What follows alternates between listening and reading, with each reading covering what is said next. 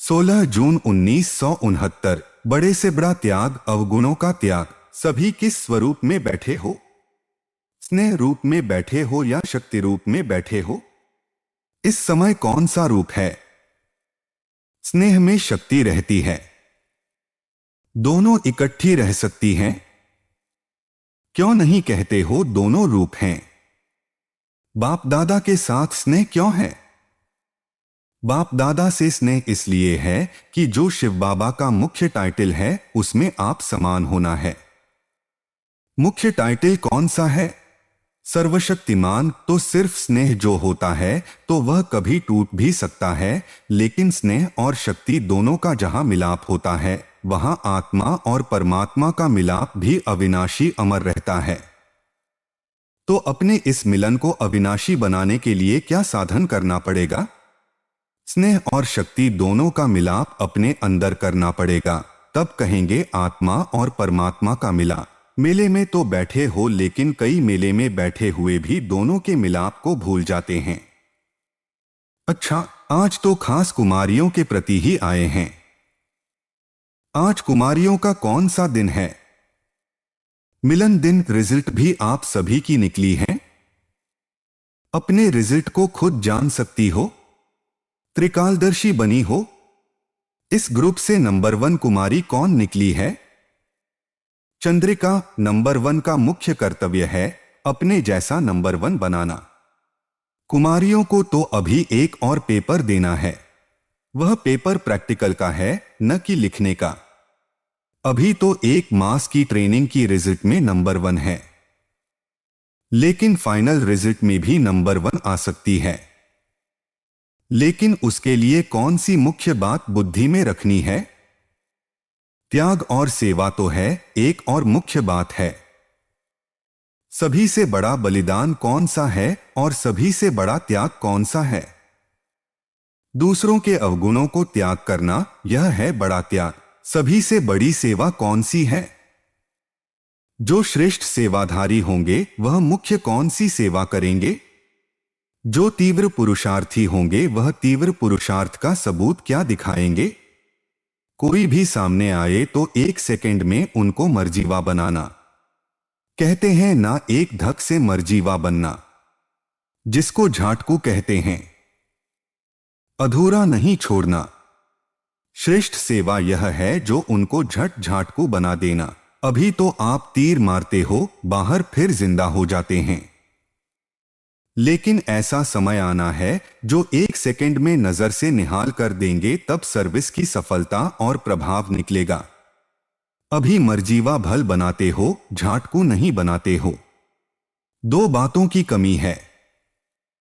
वह बातें आ जाएं तो अपना रंग दूसरों को भी चढ़ा सकती हो। आप झाटकू बनी हो, पुरुषार्थी हैं, कहां कहां भूल होती रहे तो उनको पुरुषार्थी कहेंगे। प्रतिज्ञा यह करनी है, आज से हम झाटकू बन गए हैं, फिर जिंदा नहीं होंगे पुरानी दुनिया में। हिम्मतवान को फिर मदद भी मिलती है। हिम्मत के कारण बाप दादा का स्नेह रहता है। तो 2 बातों की कमी बता रहे थे। एक मुख्य कमी है एकांतवासी कम हो, और दूसरी कमी है एकता में कम रहते हो। एकता और एकांत में बहुत थोड़ा फर्क है। एकांत स्थूल भी होती है, सूक्ष्म भी होती है। इसमें दोनों की आवश्यकता है।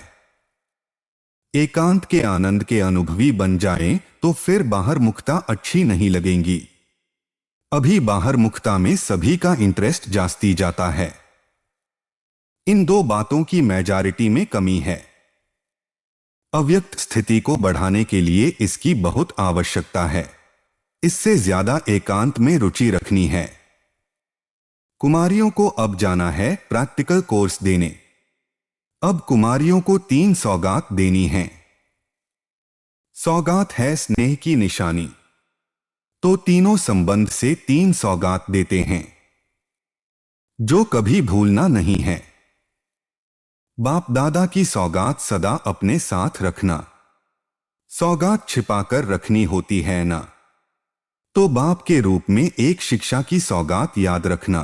क्या शिक्षा देते हैं कि सदैव बाप दादा और जो निमित्त बनी हुई बहनें हैं और जो भी दैवी परिवार है उन सब से आज्ञाकारी वफादार बनकर के चलना है। यह है बाप के रूप में शिक्षा की सौगात। और फिर टीचर के रूप में कौन सी शिक्षा की सौगात देते हैं? शिक्षा को ग्रहण किया जाता है ना। जहां भी जाओ तो टीचर के रूप में एक तो ज्ञान ग्रहण, दूसरा गुणग्राहक। यह शिक्षा हमेशा याद रखना और गुरु के रूप से यही शिक्षा है। सदैव एक मत होना है, एक रस और एक की ही याद में रहना। विष्णु को जो अलंकार दिखाए हैं वह अभी शक्ति रूप में धारण करने हैं। यह अलंकार सदैव अपने सामने रखो। यह है बाप, टीचर और गुरु तीनों संबंध से शिक्षा की सौगात, खास कुमारियों प्रति। अब देखेंगे कौन कौन इस सौगात को साथ रखते हैं। वह लोग भी रिफाइन बॉम्बस बना रहे हैं ना। तुमको भी अब रिफाइन बॉम्बस गिराने हैं। चींटी मार्ग की सर्विस बहुत की। बम गिराने से झट सफाई हो जाती है। तो विशेष आवाज फैलाने की सर्विस करनी है, उसको बम गिराना कहते हैं। जितना जो रिफाइन होंगे उतना रिफाइन बम फेंकेंगे औरों पर। अभी ऑलराउंडर बनना है।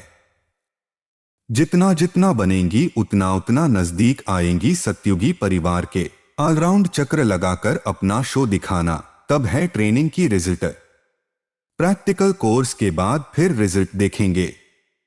अभी फिर 1 मास के बाद मधुबन में आओ तो अकेले नहीं आना है। अभी ट्रेनिंग पूरी नहीं है, प्रैक्टिकल अभी है। अकेला कोई को लौटना नहीं है। कोई न कोई का पंडा बनकर आना है, यात्री ले आना है।